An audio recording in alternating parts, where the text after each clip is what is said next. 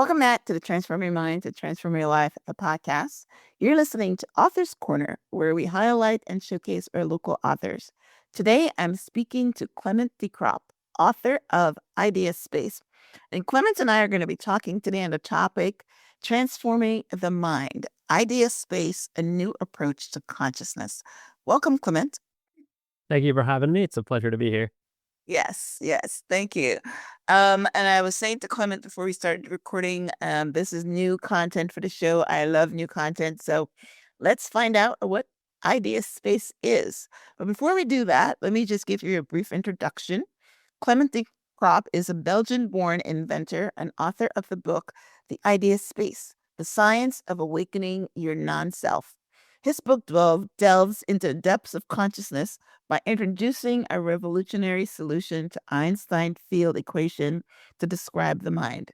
Decrop guides readers to view their thoughts objectively and identify their impact, helping the reader discover a happier existence and a deeper understanding of their life purpose. Clement has shared his wisdom to thousands of eager participants across 40 countries. His innovative spirit led him to collaborate with numerous inventors from Wikipedia's most prolific inventor list, resulting in 130 plus patent disclosures within 1 year, 50 plus filed, and 20 plus issued as late as 2023. He's currently building a long-term Gen AI meditation teacher application. Wow, you're a busy little bee, aren't you? Trying my best to be while also having fun and relaxing on the side. A little bit of everything. Yeah, I like it. Yes, an inventor.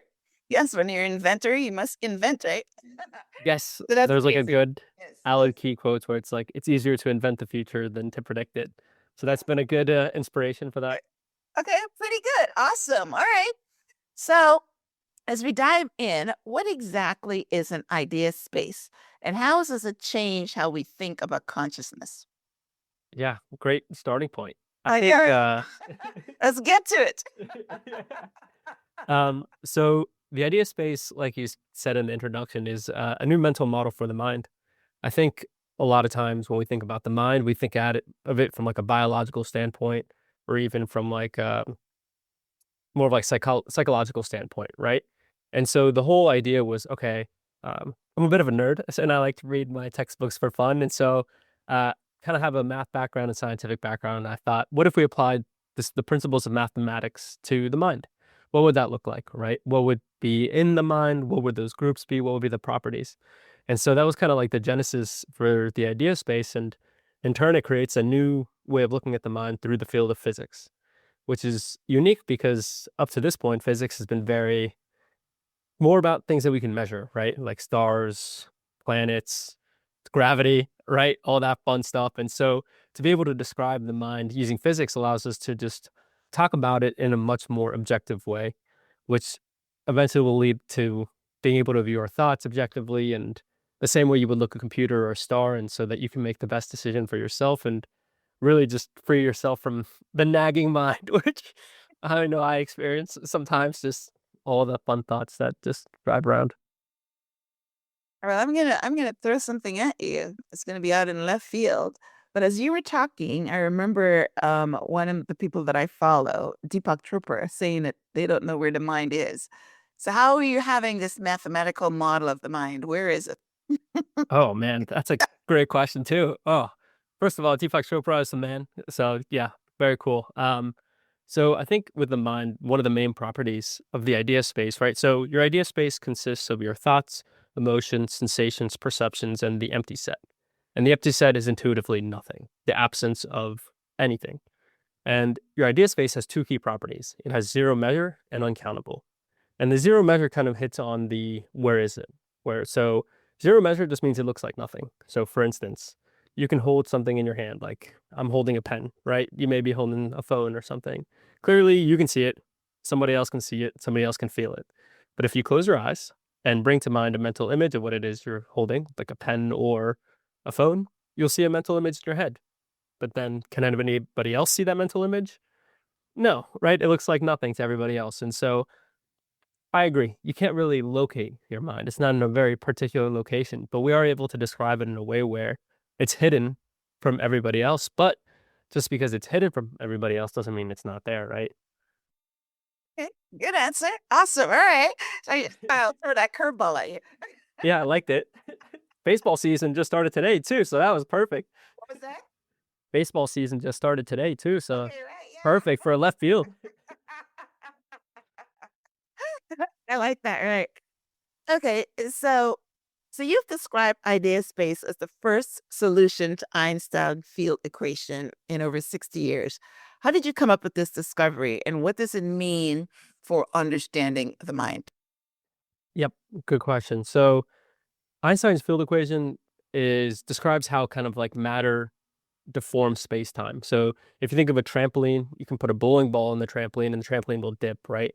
And then if you put marbles around the bowling ball, the marbles will gravitate around the bowling ball. And so something similar happens in space-time where the trampoline is space-time and then stars and planets are the marbles and the bowling balls. So you put a star on space-time, the planets are the marbles that rotate around it.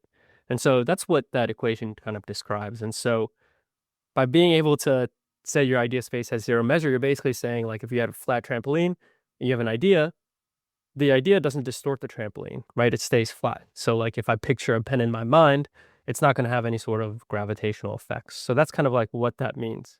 But what that means for you or for like other people, because that's like very scientific and high level, is that again, like no one else can see your thoughts, emotions, sensations, and perceptions. And at the end of the day, everybody's perspective of the universe is unique to them, which is something called the sunset conjecture, which we can talk about a little bit more. But creating all this, then it's not like I came into this with like the idea of like, this is what I'm gonna do. Ha! you know? It's one of those things where when I was writing, I wanted to write about things that withstood the test of time. And that started with math, physics, and history.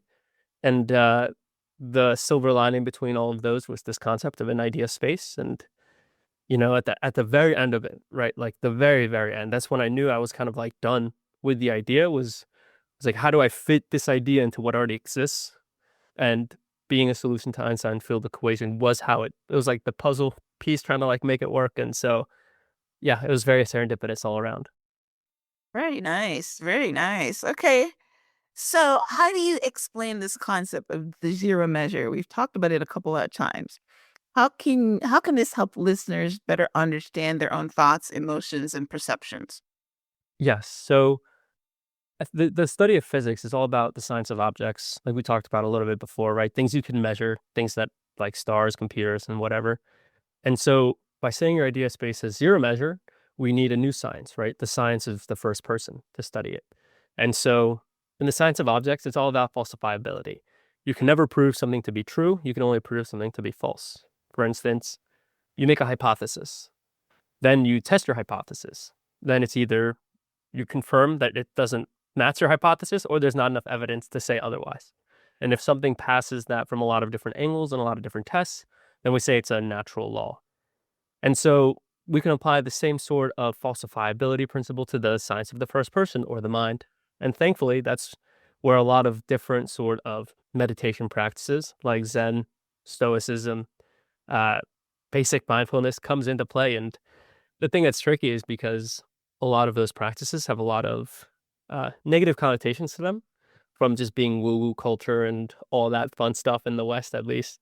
And so it kind of pushes people away from exploring those. But at the end of the day, it's the main tool that we have, similar to a ruler or a sensor in the science of objects, to study the mind in the science of the first person. So I think the concept of zero measure, tying it all together, is it really invites you to explore your mind through meditation practices. So that there's a good quote by a guy named Manindra G, which said, "If you want to study your mind, then sit down and observe it." So I think that sums it up pretty nicely. Yeah, yeah. Yes, observe your thoughts. Yes, understand what are your beliefs are and where you're coming from and all that kind of stuff. So, the the zero measure is the first person, like me, if I'm studying my mind, I become zero measure. Is that how that is? Yeah, basically, so like right now you're looking out at your computer, but there's also like your single undivided field of vision, right? It's just one thing, right? So that's kind of where you're seeing everything out of, and nobody else can see through everything you're seeing out of, right? And then in this field, there's also all your thoughts, emotions, sensations, and perceptions.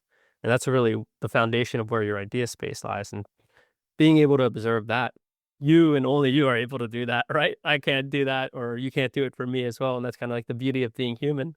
Um, and so, yeah, that's kind of, it's a little tricky. It's a little weird to fully dive in sometimes, but yeah, I hope that kind of helps explain it a little more. I don't have your mathematical mind. I'm trying to wrap my head around it. You're obviously very brilliant.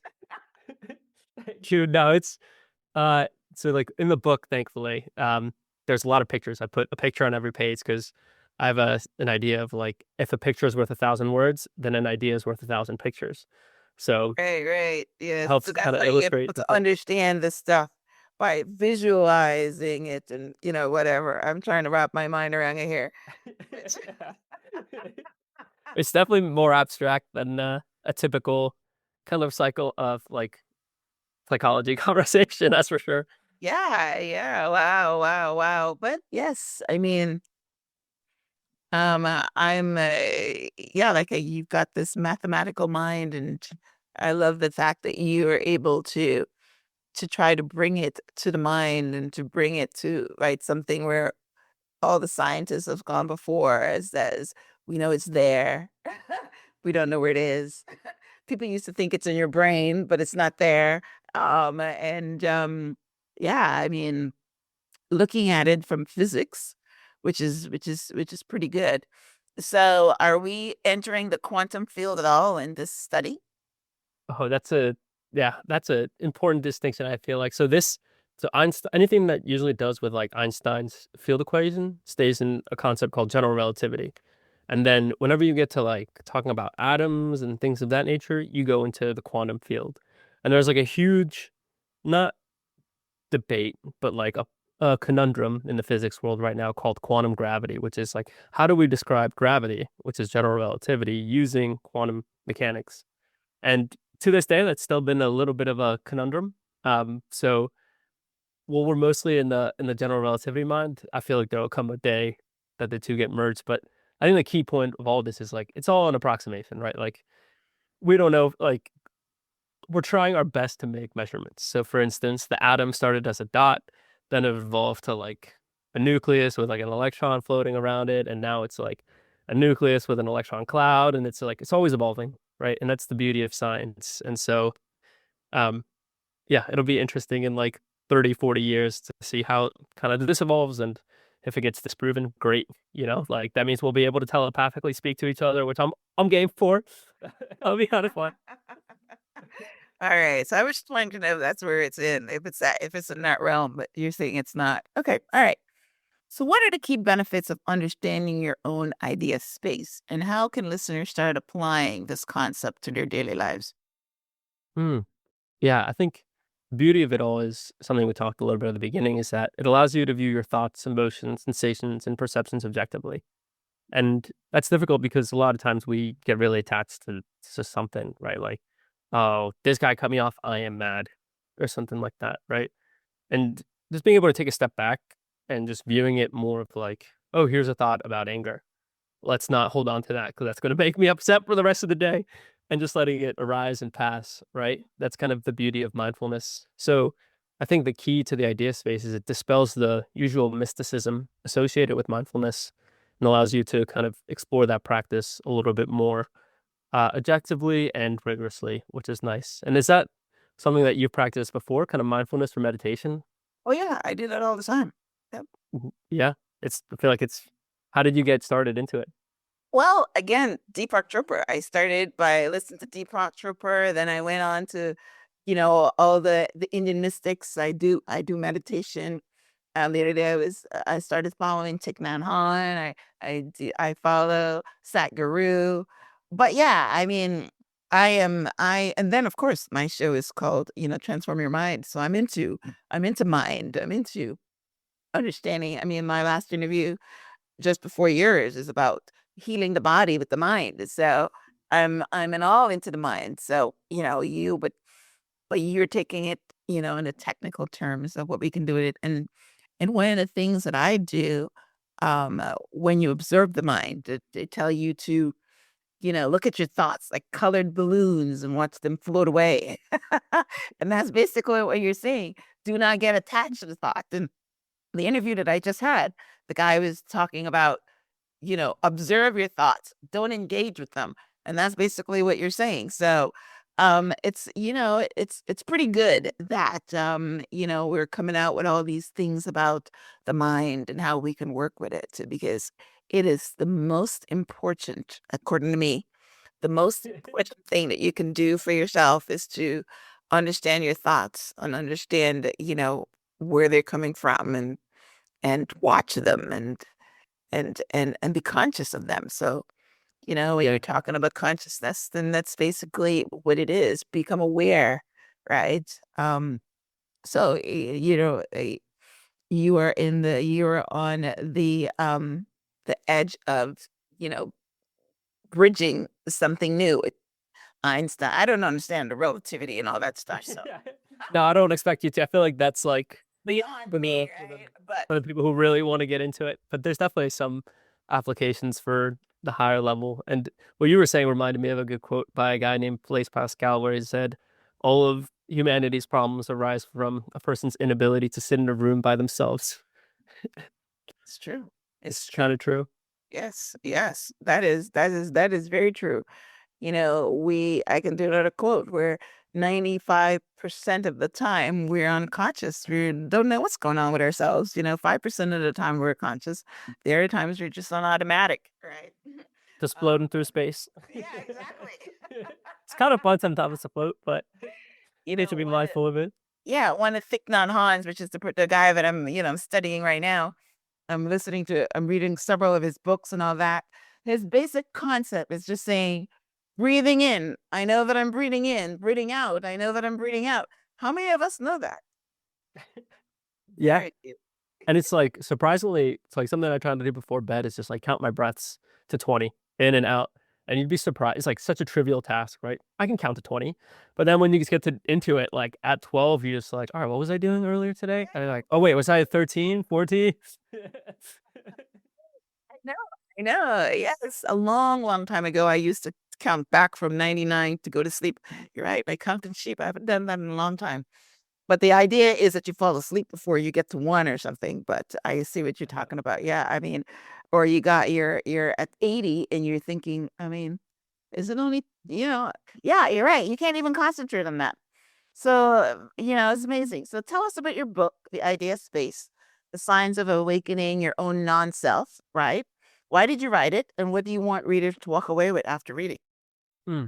So I wrote it because kind of talked on this a little bit about earlier, where it's like the idea of physics is great. It's fantastic, but it had just to find a sustainable way to describe the mind. And so I thought that was very interesting, and I wanted to kind of tackle that problem. Um, and then just kind of hacked at it bit by bit, and then somehow got to it at the end. um, and I think the biggest takeaway for readers from the book is so we talked about the concept of idea space, right? And so I think listeners have a general sense of what it is, right? It's your thoughts, emotions, sensations, perceptions, and the empty set. And it has zero measure and it's uncountable. And uncountability just means it's impermanent. It's always changing, Mhm. right? One thought comes in and another thought comes out. Yeah. Um, Apparently, we have like and 60,000 of thoughts a day. So it's a lot. People don't yeah, even realize that. Right. and Right. the whole by the end of it, the idea of like awakening your non-self, right? And awakening is very similar to falsifiability, where you really want to not know what the world is, but what the world isn't. We just have a lot of like preconceived notions of the world, and it's hard to kind of unlearn everything. And the goal of the book is just to basically answer what is this, right? Like, what is our place in the universe? And based on that, how can I achieve the things that I want to? And obviously, I can't answer that for you. You can't answer that for someone, right? It's something that's very internal to them, but we can give people the tools to figure them out for themselves. I think the book does just that and helps kind of inspire people to really see the world for what it is and hopefully make a change in their lives for the better. Nice. This is very scientific. It starts out, yes, it's I would say it's scientific, but um it's so there's different types of books in my mind. You have like morning books, afternoon books, and night books. Definitely not a night book. It will be hard to read at night at the end of a long day, and your brain's like, I just need Yeah, you panels. can't grasp these concepts, right? Okay. Yes, but during the morning, if you're feeling ambitious, a nice cup of coffee or some tea, I think anybody can read it. Like my mom read it. She's not scientific at all. She's understood it. So it's there. And then I put out YouTube videos as well to kind of help complement some of the more challenging concepts in there. So just trying to make it as easy and digestible for people. Beautiful, beautiful. All right. So, where can our listeners pick up a copy of your book? And what's your website, social media handles, so they can follow you? Yeah. So everything's all simple. It's theideaspace.io. You can find the book there. There's links to our Instagram, and you can find me on Twitter if you really want at Cream of Decrop. And on the website, we're coming out with that Gen AI meditation app soon, and that's really fun just because it's personalized meditations. So whatever you've been through that day, you just kind of talk about it, and then you just get a personalized meditation on the spot to kind of help you wind down or start your day or literally whatever occasion you want. So it's like a nice little buddy in your pocket. I like that. I'm gonna try that out. Yeah, give it a go. So that's available now, or it's coming? So we're on like testing right now, but if you want access, I'm happy to give it to you so you can play around with it. But hopefully within the next 2, 3 months here, it'll be out live for everyone. Okay. Well, that's beautiful. I love that. All right. So, ideaspace.io is the website, and everybody can get your. You said you give me the Twitter one. What's Instagram handle? Yes, Instagram is just at the idea space. Okay. So All right. yep. Okay. Awesome. All right. Clement, good work that you're doing.